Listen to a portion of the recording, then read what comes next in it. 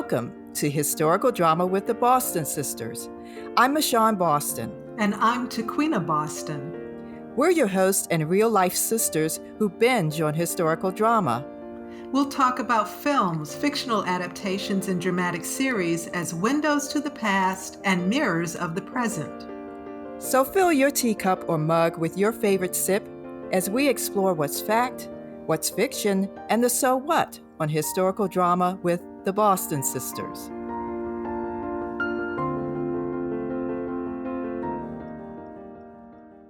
I'm Michonne Boston.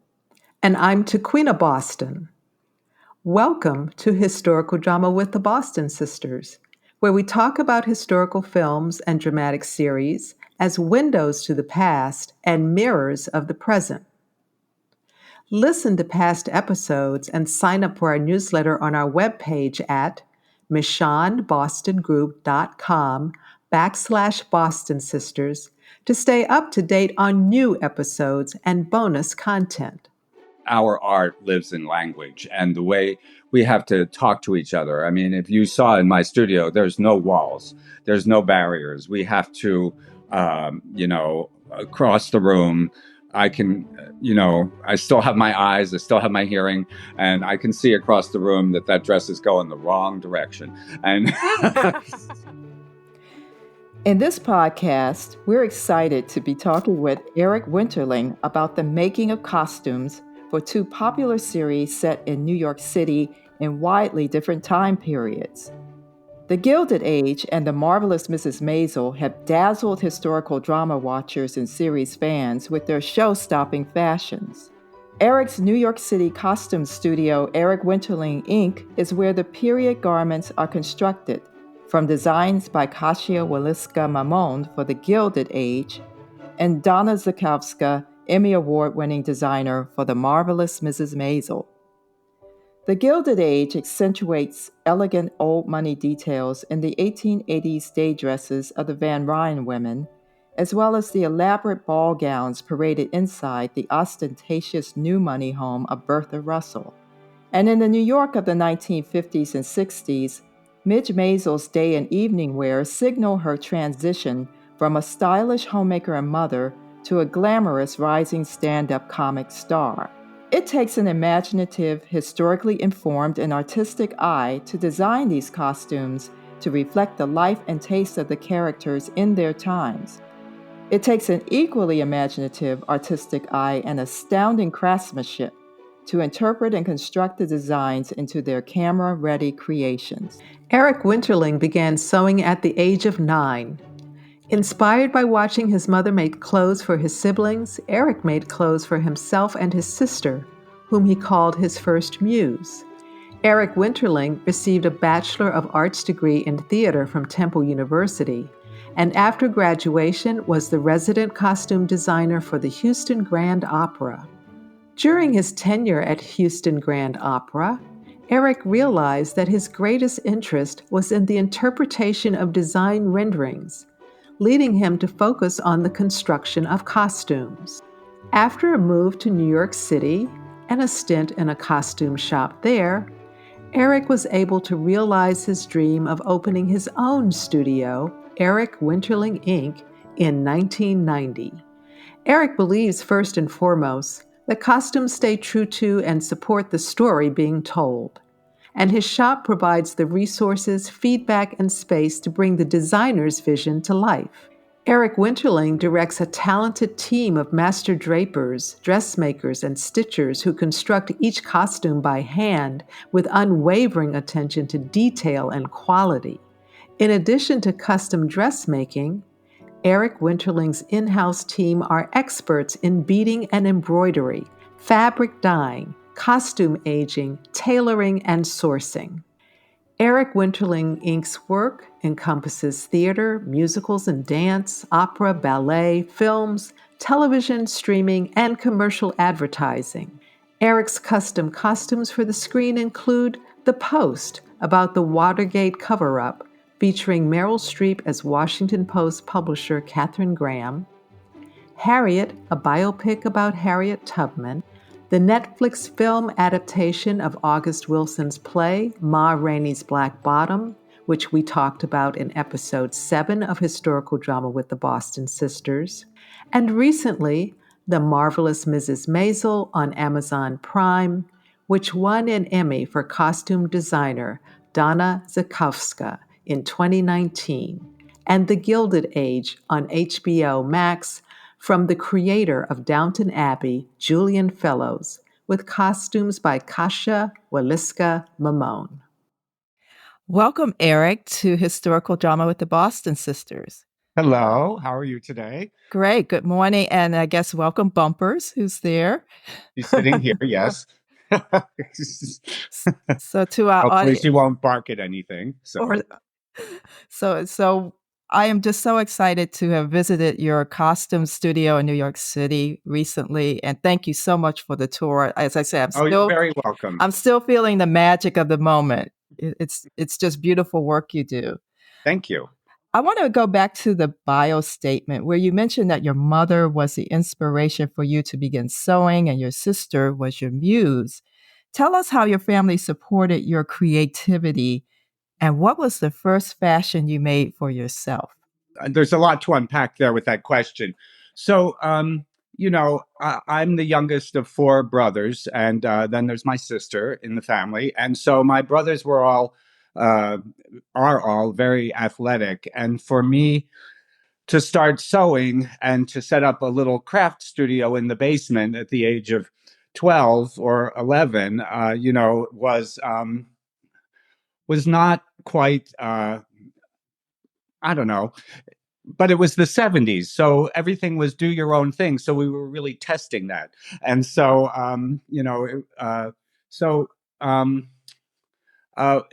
it really came down to a gingham dog.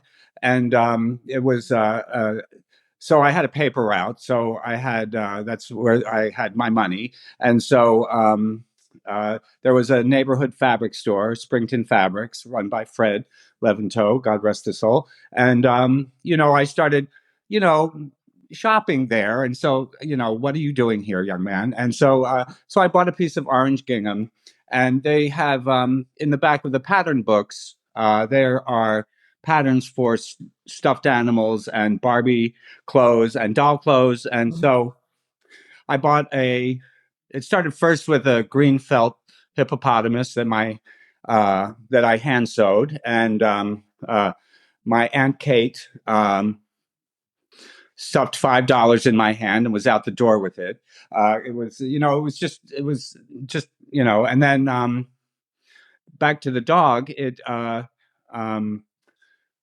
my mother saw it because there was we had an old kitchen table that was down in the basement, and I was working there, and there was stuffing and everything. I didn't really know what I was doing, and so she asked if she could have the dog to put on a shower gift, a baby shower gift that she was going to, and so apparently the story goes that the dog was passed around the circle of women, and they were like, Eileen, you've got to get him on a machine. And so that would have been the spring break of 7th grade. I started on a sewing machine. I still have that sewing machine, actually. Wow. And so, so yes, I mean, that's sort of how it started. And, my mother had her dress patterns. My mother did not intend to teach me to sew at all. That would have, that would have been unheard of. But I one day picked up a pattern envelope and was reading the instructions like you do a cake recipe. And I thought, well, this all makes a lot of sense. And so that's when I started, they're like jigsaw puzzles, and they absolutely caught my attention. So you actually started with crafts, the arts and crafts. Probably, yes. Yeah. Yes. Yeah. Yeah. I mean, the stuffed animals were easy because, I mean, it was no harm, no foul, right? If it didn't turn out well, no one had to know, right? I mean, and, the neighbor lady taught me one day, she just taught me what a backstitch was, and so that, this sort of information sort of coalesced over time, and so, I could just make something, so. Well, Eric, you had that dream which you have put into reality of creating your own studio. What point did you know, okay, this is the time I'm going to do it. I'm going to move ahead. I'm going to have my own studio. What was the impetus for actually taking that big step? Well, it's sort of a confluence of different tragedies in a certain way. You know, I worked. If you had ever been in my last studio on 20th Street, I actually had started there in 1990, and my friend Marie Hilgeman, um, she had a dye shop that my first husband worked for as overhire, and she unfortunately was developing a form of cancer over time. And she told me that I could set up a sewing machine in the back of that space. And the business that I was working for at that time was basically going under. It was, and and and I was about 29, and I just thought, well, now's really a good time to do this. I can be poor. I can, if I don't need a lot of employees. If I need to go get something, I can just run and go get it. I don't. So I really wanted to start then because I've, I, I feel now, as I did then, that you know, I felt like it was something I could do, and I felt like it was something that over the long haul it's the only thing that made sense. I couldn't keep going and working for someone else because I'm always the person in charge in the room, whether what I say is correct or not. It's I always would be the person that everyone asked the question. So I just decided that was the time to go and do that and win, lose or fail. I mean, I actually at some point went and interviewed for a job. Because it wasn't really working out, but then the phone rings and suddenly everything turns around. So, And when everything turns around, what was that first big project that came well, the into your first big door? project that was Shogun the musical, and Wow. if you believe that, and so I always say that I got that project because. I was midway between Barbara Matera Limited and Martin Esquerdo. It was designed by Patricia Ziprot, who became a friend, and so I had I don't know 15 ninjas and 30 monks' robes and the bunraku. There were a lot of puppetry things. There were just things, and it was just one of those projects that I did the final accounting, and I was like, oh, I actually have money here. That's a good feeling. I paid everybody off that came in and helped me, and yeah, the show was a big flop, but it's a business about relationships. It's a business about because with shows nothing lasts forever, and so it's the designers go and get new projects and they need new things made, and they like working with you, and what you're doing is you're listening to them, and that's how you build a business like this. Definitely. You made me think about Taquina taking me to the Bunraku performance when it came to DC. And I didn't know it was in Shogun the musical that they used the puppets. Yeah, meanwhile, over the years, I've had to, pull that pattern out a few times. It's like on Phantom, when they would go on tour, everyone knows the big scene where he comes out in the boat and all the candelabras come up from underneath. And right, that's on Broadway. Yeah. That was on Broadway. But, on tour, they couldn't really do that. Those candelabras would come in from the wings. They were on wheels. And sometimes they didn't hit their marks. And one of the stagehands would have to put on one of my black velvet bunraku costumes and move it over. Well, the puppeteer. Yeah. Well, they're invisible. Yeah. They're in black velvet, so you don't see them. And they, because if a piece of scenery is not in the right spot, then the next cue that happens, it's going to run into something that is, everything has to move the right way. So, yeah. Yeah. On with the God show. bless the bun raku. Yeah. Yes. Yes. What's the difference between making costumes for the stage versus television or film? Oh, that's interesting. Mishan was asking that question the other day in the shop, and it it's I think it really has to come down to closures, and and how real the closures are going to be. On the first season of the Gilded Age, I put hook and eye tape in the back of most of the bodices, and everyone took me to task on the internet about, um, you know, uh, why are there big zippers up the back? And of course, we wouldn't put a zipper in if to save my life, but I, I, I basically went on Instagram and told everybody that it was hook and eye tape, and then everybody zoomed in and it was like, oh, you're right, it is hook and eye tape, and it's like, but for day wear it should open up the front, and so that's arguable, and for the most part, something that's being filmed, I try to make the front as clean as possible. I don't want anything to be uh, messed up. And uh, so on the second season, I sort of changed that around a little bit. And but for Mrs. Maisel, we ended up, uh, you know, a lot of people who knew,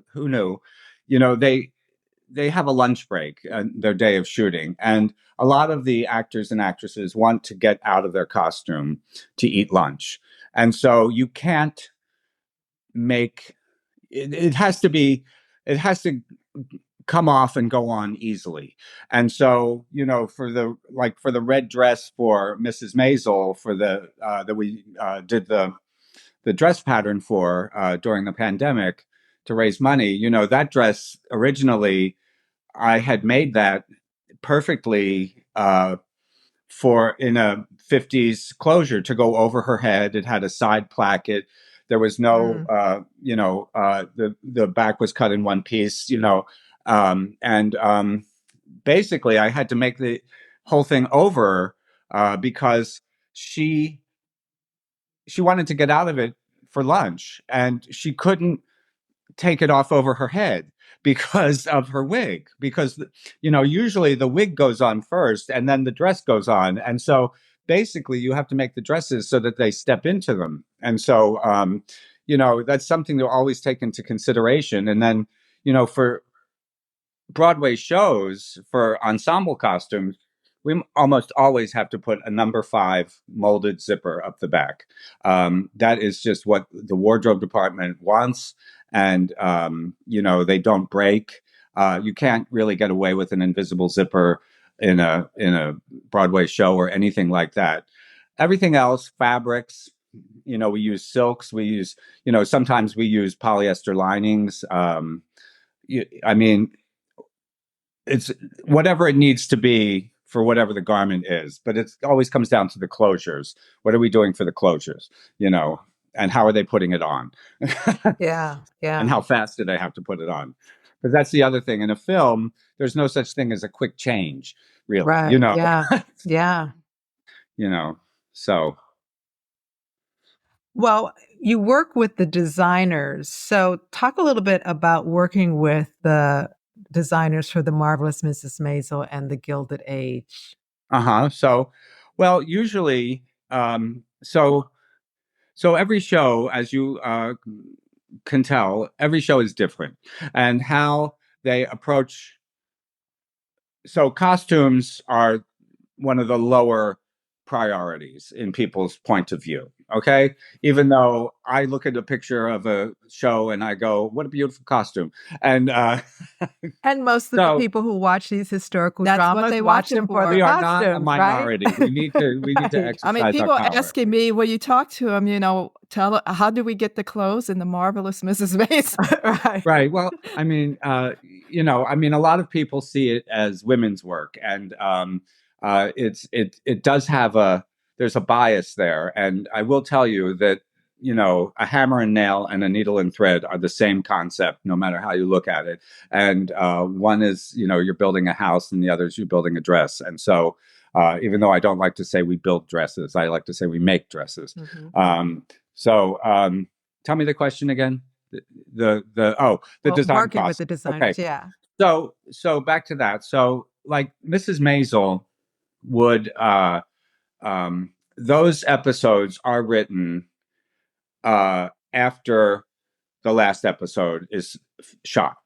Okay. So and I think that the Gilded Age, there's an over arc that I don't know if all the individual scripts are written for each episode, but there is something to where the design team at the beginning can estimate how many clothes they're going to need for Marion, and they have a sense of the way that her clothes are going to go, right? Okay. And how many evening gowns and how many, Maisel was different because they would get the script, they would have a breakdown, and then they would have a script maybe 3 to 4 weeks before the shooting starts. So I would, for Maisel, try to convince them that if they could get me some stuff by Friday, then I come up here to my house upstate New York, and I have a workroom, my office studio downstairs, and I could basically do almost a whole episode of Maisel patterns in one weekend. Wow. And basically I would I would divide them, like if the episode had, like Elizabeth would take on some coats or something, or it, 8 dresses would be about the most I could do on a weekend or something like that, patterns, right? And so then basically once Donna had designed it, she would just come over and we would have a meeting, and just talk about each garment and what the research was, and I would go on. I would tell her how I saw what the research was. They would show me fabrics, and and she would, if she was between a couple fabrics, she would show me, and I would say, well, I like this one. I think this would make up better into the dress. I don't like this one. I think that this is not going to sew very nicely. I've been working with Donna for almost all of my shop's career. She was one of my first customers. So, we have a nice rapport. And so, and then I would just basically do the patterns over the weekend and then come in, and I have 3 assistants that work with me, and we would get them cut out. And then we came up with a new way of, it was new to us. It's not necessarily a new thing, but what we call based together for a fitting. And so, they don't really want mock-ups. They don't want them made in muslin. They want them in real fabric. And so we would do a cut but leave big seam allowances. They don't change size. It's about design changes, and invariably the skirt was always fine, and then there would be some sort of adjustment to the bodice, and I'd recut the front of the bodice, or this is not the sleeve's not working, or and we would schedule a fitting, basically a week later. So we would womp them all together and baste them all together for a fitting, and then you have the shooting schedule. So that would be how they go back into the workroom, as far as this one has to finish on Wednesday, they need this one on Thursday, this one has, they don't need this for 2 weeks, and so that's how we would prioritize what's going under the machine, what gets corrected first, that sort of thing. Wow. And so that's sort of the way we work with that. I'm wondering what kind of software you use to keep up with all this. Now, this is not on software. I mean, no, it's about our art lives in language and the way we have to talk to each other. I mean, if you saw in my studio, there's no walls, there's no barriers. We have to, across the room. I can, I still have my eyes, I still have my hearing, and I can see across the room that dress is going the wrong direction. And like, I have to go over there right now and just check in. And so what's going on here? And, and hear what is going on, and bring it back around. Or as you saw, we have the photo paper. And, if there's a question, a lot of times, rather than taking a picture in the workroom, I take it in and show it so I can have a clean shot, and the question becomes much more direct and much clearer about, do you like this sleeve? I really, it's like, and then, sometimes it's like, do you think you can pop in at 9:00 tomorrow morning, just to, cause, and they will, I mean, so, it's about getting it right, and as I heard in the introduction, it's about telling the story. That's what we're doing here. We're telling the story, and does the sleeve have to tell the story? Does it tell the whole story? It contributes in its own way. So yeah, absolutely. Yeah, about construction. I remember years ago I was reading in a magazine called Threads. Right. Yeah, I know Threads. About how to construct a Chanel suit. And I remember distinctly about I had no idea there were chains at the bottom Yes. of the suit to weigh it and to create that silhouette. So my question to you, I mean, the Chanel suit came out in what, the 1930s? Yeah. Around that time.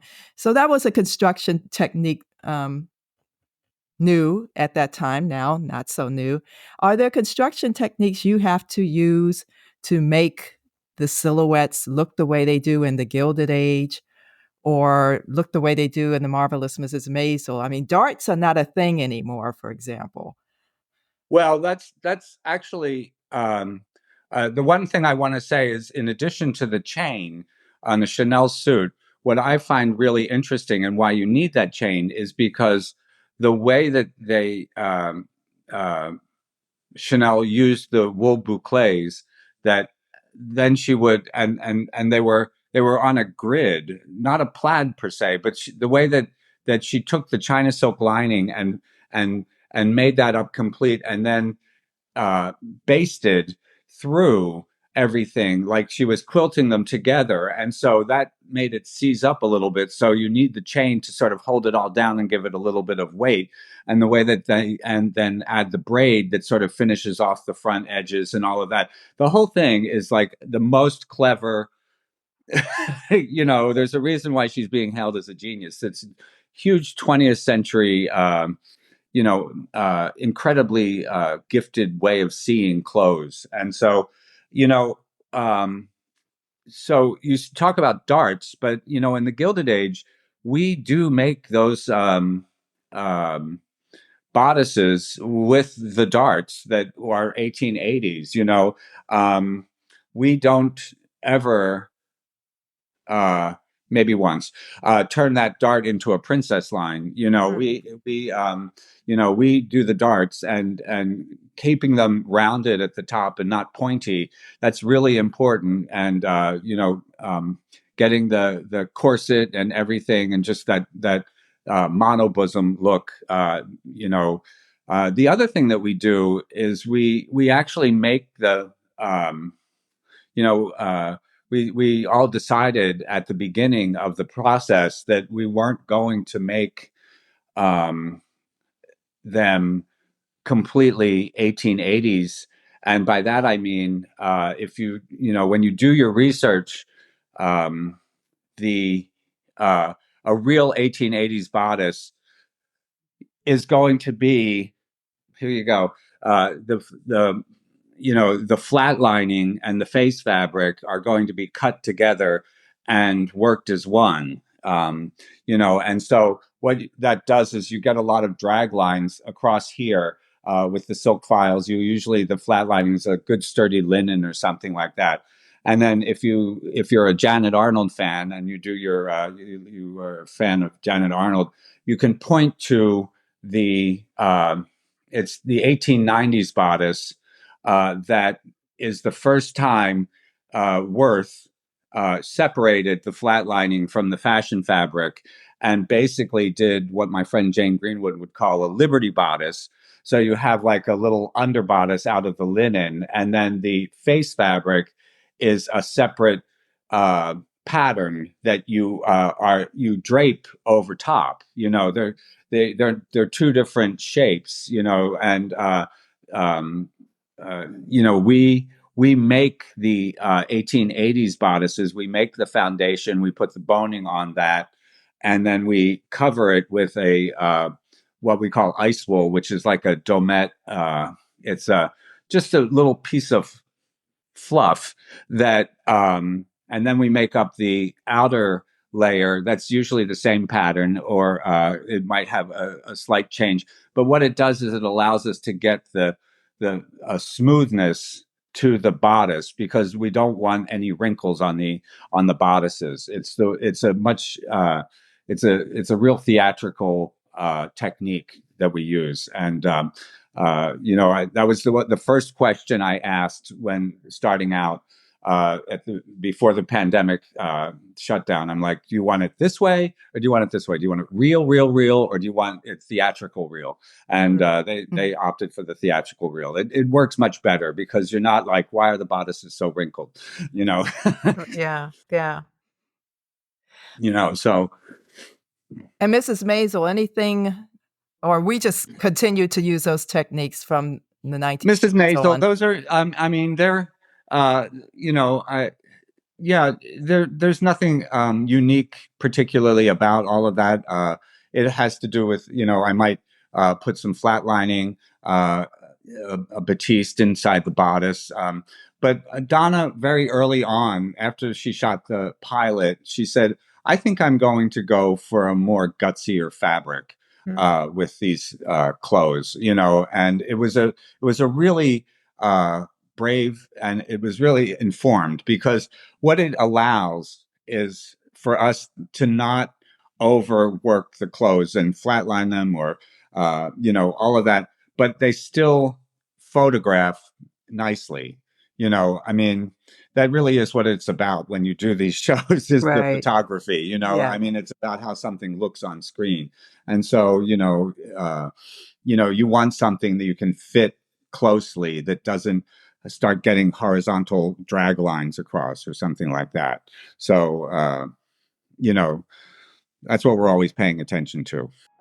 You've been enjoying Historical Drama with the Boston Sisters, a podcast where we talk about historical drama series and films as windows to the past and mirrors of the present. Visit our webpage at michonnebostongroup.com/Boston Sisters. Share this podcast. Join our historical drama community by signing up for our newsletter to stay up to date on future episodes and bonus content. Now, back to our podcast conversation. One of the things that really makes costume communicate its period as well as the character is the silhouette. And when I graduated from University of Michigan, I took a course in period movement, where the morning we were the Elizabethan period and the afternoon we were the Restoration period.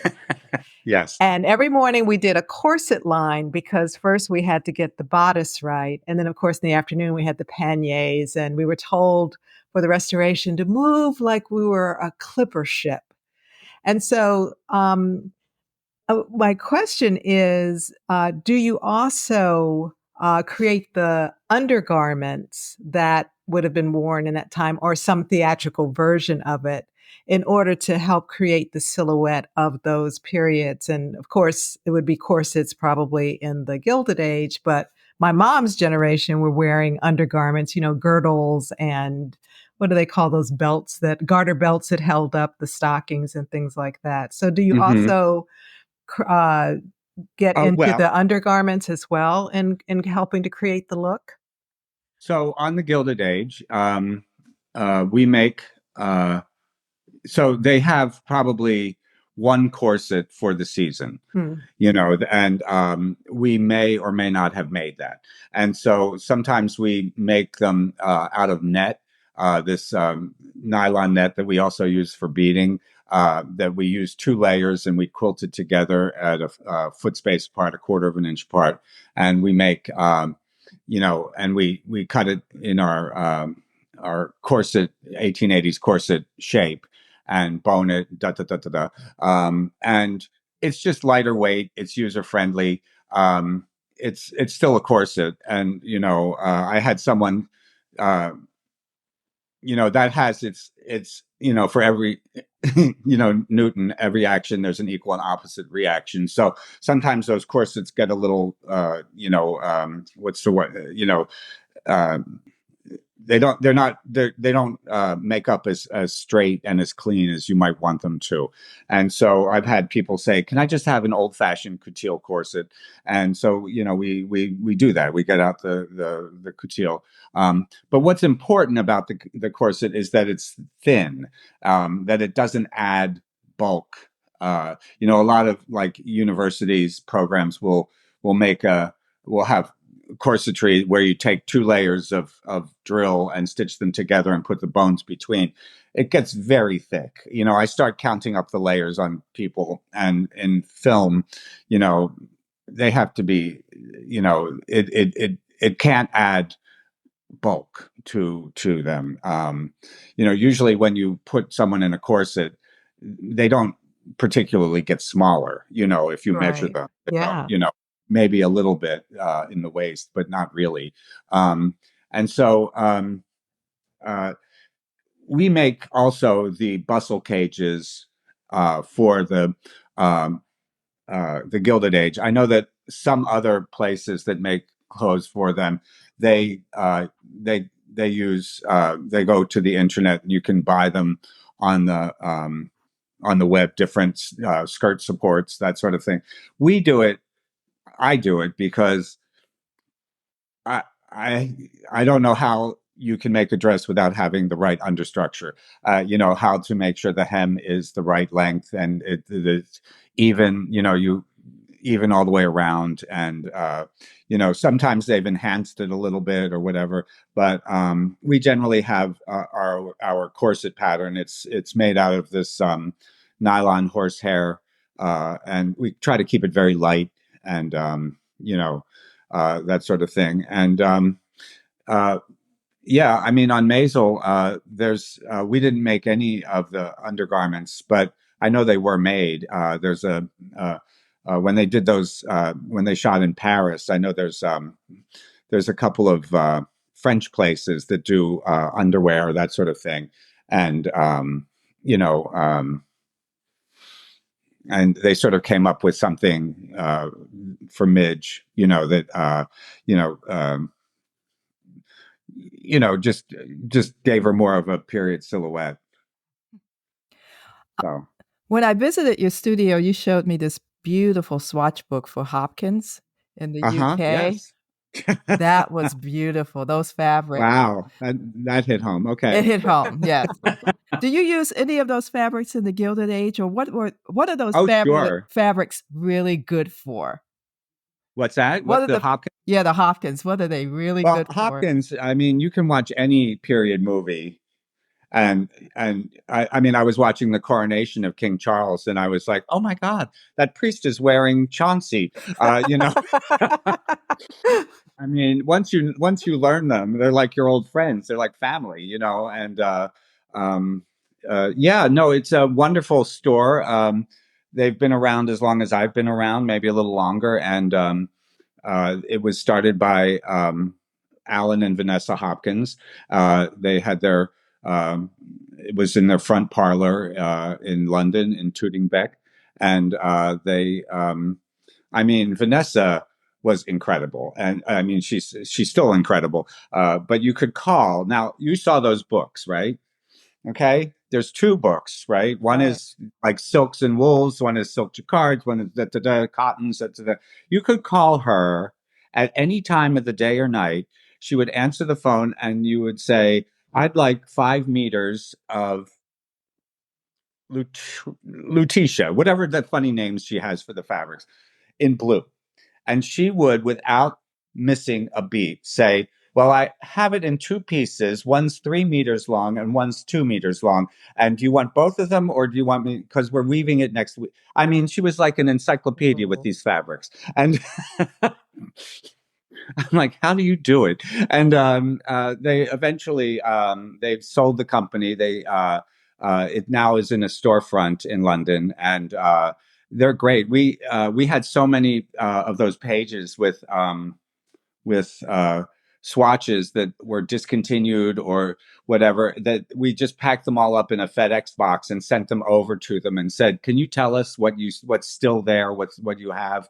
And they went through line by line each piece of fabric. There's, we have 24 meters of this left. This is discontinued. This is, they're a wonderful company to work with, and they do mostly Victorian. They're not really reproductions, but they sort of a lot of, like, if you need to make an empire dress, the cotton muslins are really great. We're working on something at the Metropolitan Opera. There's quite a few things from Hopkins, Edwardian blouse cottons, the really thin ones, silk brocades, men's waistcoats, their vests. There's always Hopkins. I mean, and my husband, who's my managing director, he's like, he goes, "Now don't tell him I said this, okay?" And so he says, he's like, "Do we really have to go to Hopkins? Why do we have to go to England to get this fabric? Like every producer on Broadway." And it's like, okay, so you can let's spend 2 weeks combing the New York market and going through every store and see when a designer comes in and says, "Oh, this piece of fabric will be just right." And it's certainly affordable. I mean, you have to pay shipping costs, which we pass on. Okay. But that's what they want. Why are you going around looking at 50 stores? Not that there's 50 stores, and trying to find something like it when you can just call them up and just order it and it'll be here in 3 days. It's really the only choice, and it's the right fabric. That's what's important. And have You you know? used any of it in the Gilded Age? Oh, sure, all over. Yeah. I mean, I can't name um, specific things, but something will come to Yeah. me. Sure. Yeah. Now, I'm guessing the Marvelous Mrs. Maisel, you do go to the 50 stores? I don't. They do though. There's all sorts of uh you, there are, besides Hopkins, there's also other stores, places in England. What's great about England and fabric, first of all, I mean, God rest her soul, the Queen, Queen Elizabeth. You could tell that someone was making her clothes, Yeah. and it sort of fostered a dressmaking business. It's sort of or it there are fabric stores there and the country, like, you can have things woven on the same looms that they wove it on in the 18th century. Those are all still exist. We don't have that here. We sent all our machines to China. We don't, we don't weave fabrics like that. We don't have necessarily someone in a leadership position that we can say she has her clothes made. Yeah. And so it's that leads to a strong economy. And so so for Maisel, sure, we shop. I mean, they shop the world market, whatever. There's, some places in Germany. There's some places. There's, James Hare in England. There's B&J on, 40th Street. Mood always, it's worth a check. There's a wonderful place down on the Lower East Side. It's been there for decades. Is Mendel Goldberg. Wonderful places to go and check out. You know, and sometimes I can tell you that, designers as a rule, like when they just come across a piece of fabric and they're like, they don't necessarily have a place for it today, but they know that they're going to want that in the future. So they go and buy it, and they have like a stock of fabrics. And so, they're like, oh, now's the time we're going to use that one. And Yeah. Yeah. Are there any costumes that you would consider showstopper garments in the Gilded Age or Mrs. Maisel? well, wait till you meet this girl Enid, who is um she was the maid. Her name's Enid Winterton, and I think she was what was her? She Oh, was, you know who I'm Was talking she the about. She was ladies? coming on to the father, Yeah, and yeah. and yeah, she's back, right? But yeah. she's now got money, and she's wait till you see her clothes. I'm going to post something on Instagram as soon as I think this week. Those clothes are drop dead. They are so. Listen, I love all the things that we've made, but some of Enid's clothes are just. I can't wait to post them. They're Yeah. so great. I think You she know. just showed up in episode 2 this last week. Yeah, Yeah. and she was wearing a lavender moire, really beautiful thing. I love it. It was so over the top. It sort of had like a Queen Anne quality, It sort of referenced an older age, And so, yeah. But we did about half of Bertha's clothes this season, and I love them all. And we usually do Louisa Marion's things, and they're all fantastic, But they're a bit more conservative, Yeah. and a couple things for Kelly here and there. They try to mix it up, and the other thing is it all depends on that. I will say that last summer, uh, that of filming, we were filming all both Gilded Age and Maisel, and then if you remember, Funny Girl, Beanie Feldstein gave her notice, so we had to make a whole new set of Fanny Bryce clothes for Leah Michelle. We had this whole production of Leopoldstadt that we were working for Broadway, and then we were also working on And Juliet, and so it was just too much. It was too much, and it almost took me down.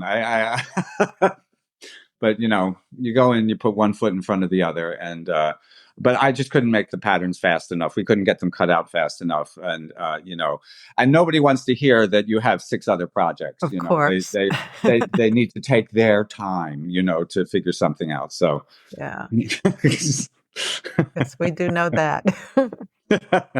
Well, I would assume that showstopper dress for Mrs. Maisel was the black dress that's in the Smithsonian now, National Museum of American History. Well, that's an honor, right? And so, but I like that dress. I'm good with that dress, and I didn't know. Who knows when you do something that it's going to end up in the Smithsonian. I'm completely in love with that final dress in that episode 4 minutes. That was that that was a real um, labor of love. That was Describe uh, that dress.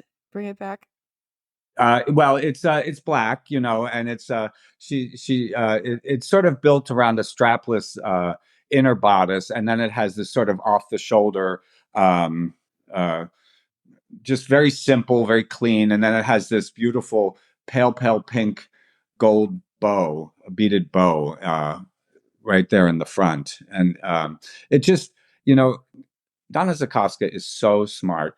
Those black performance dresses were such a triumph. All of them. We made so many different ones. And what's so interesting is the way that when she's on stage, that graphic quality of the neckline of the dress, whatever that is, it's lace, it's what, and her body and her, the microphone, all of it. It's really powerful. It's really very visually powerful. Well, who selected the dress for the Smithsonian? That black dress.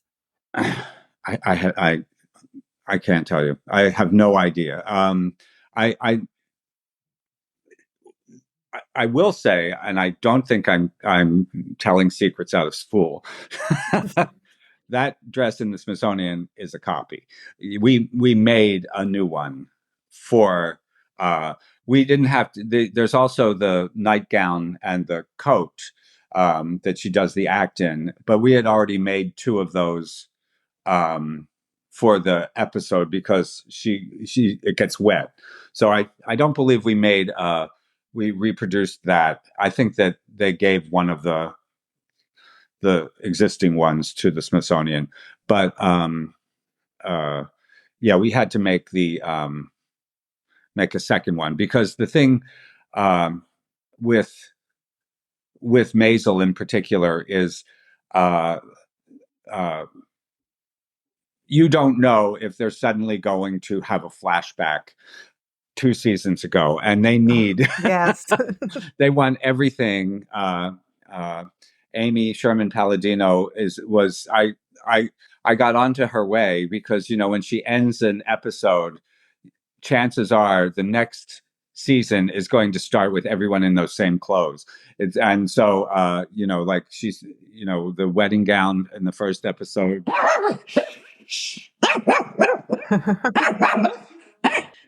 I'll be right back. Okay. Okay, where did we leave off? It was making the double clothes because Amy. Yes. Yeah. So we ended up just they just ordered the dress and so every time she stops and ends the season, she starts the episode in the next one. So they weren't at liberty to give up the actual dress. So Donna Zakowska has received another Emmy nomination for the costume designs in The Marvelous Mrs. Maisel, and we're recording this podcast before the Emmy Awards ceremony. But we'd like to know, what were your thoughts when Donna won the Emmy in 2019? And what might you be thinking if The Marvelous Mrs. Maisel wins a second Emmy for the costumes in its final season? It doesn't mean anything to me. It's not Miami. I'm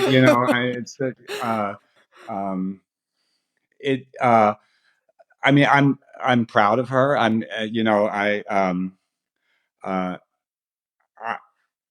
It doesn't necessarily bring more business to me. It doesn't. It doesn't. Like I say, I'm very happy for her. But it's not an ego boost. I don't with that. It's no ego boost or anything. No. That show especially.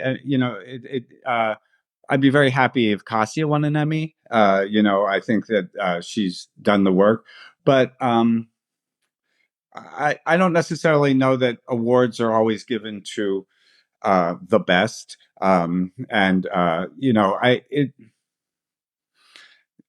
Sometimes it's given to the most, Yeah. It's like Tony Awards, sometimes the costumes fall in line with a sweep or something like that.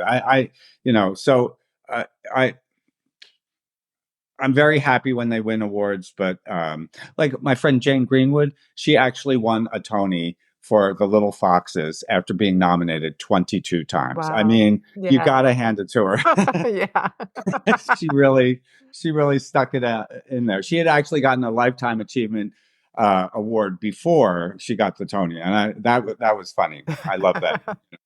So yeah. Oh, Eric, one thing we are curious about is what happens to the costumes after a series ends, and if they're repurposed or archived. And this question is coming from work by one of Taquina's classmates and friends, our friend Kathy Perkins, who's done extensive research into costumes from Black theater productions that were often taken apart and repurposed for another production, which is why there are so Mhm. few artifacts from those theater companies. So, what happens to your work, your makings, after the series or the show ends? Do you know? Well, sometimes. So if a Broadway show ends, the first thing they usually ask the costume designer is, um, "Do you want anything?"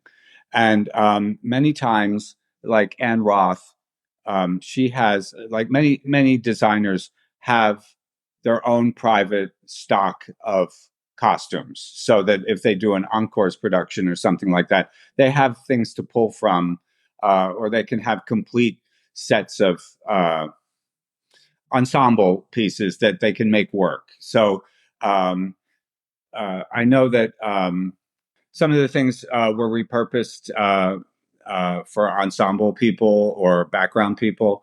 Um, and sometimes things are donated or sold to the Goodspeed Opera House, and they become rental properties as, uh,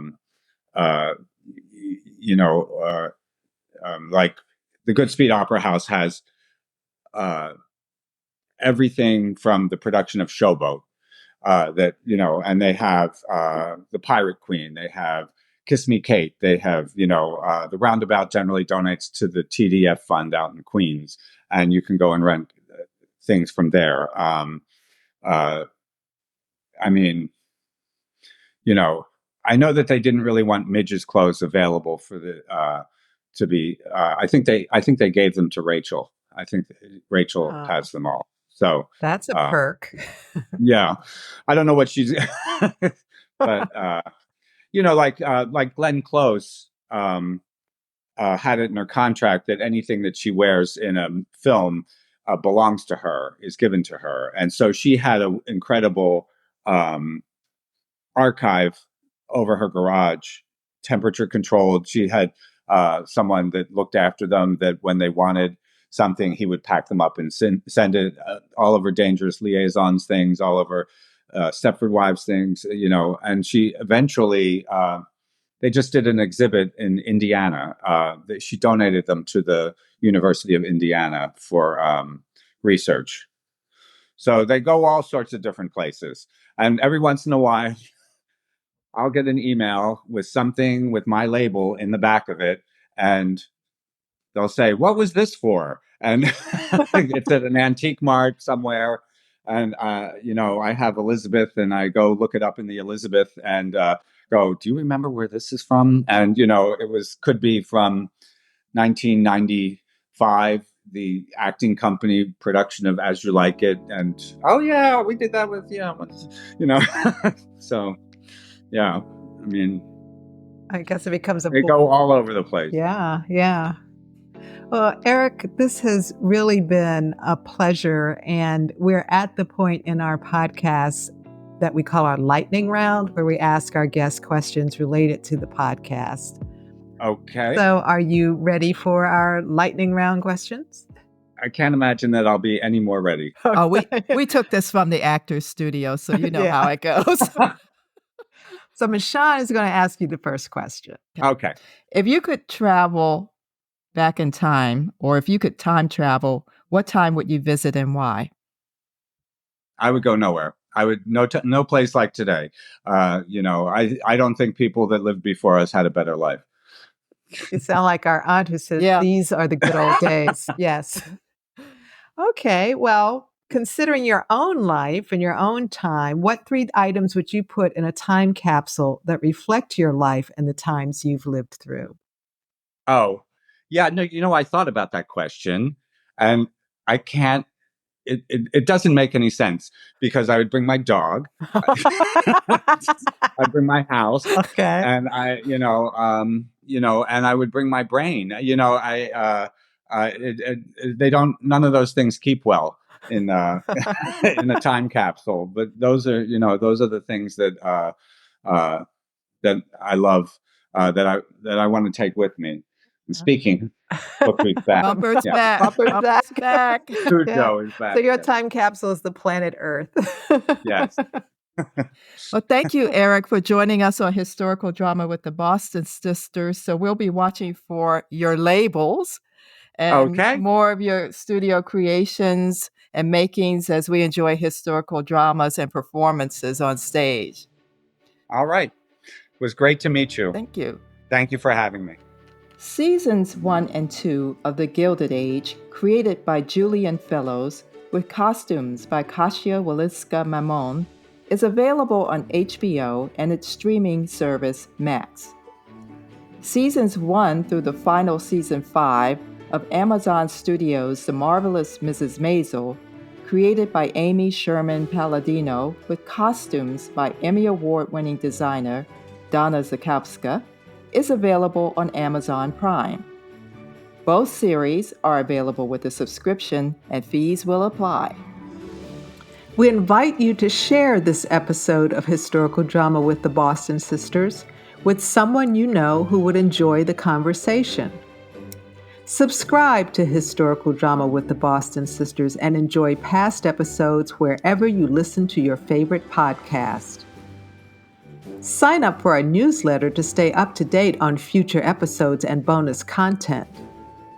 You can write us at podcast@michonnebostongroup.com. Like and share Historical Drama with the Boston Sisters on your social media. This is Michonne Boston. And this is Tequina Boston. Thank you for listening.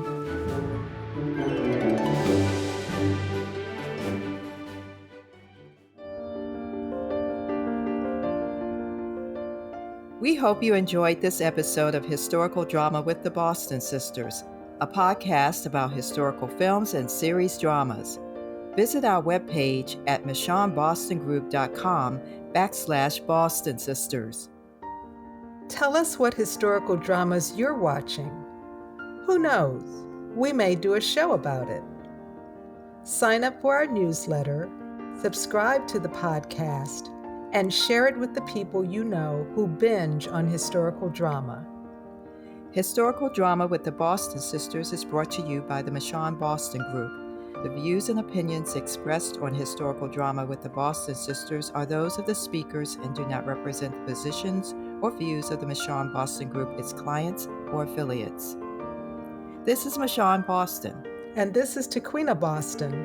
Thank you for listening.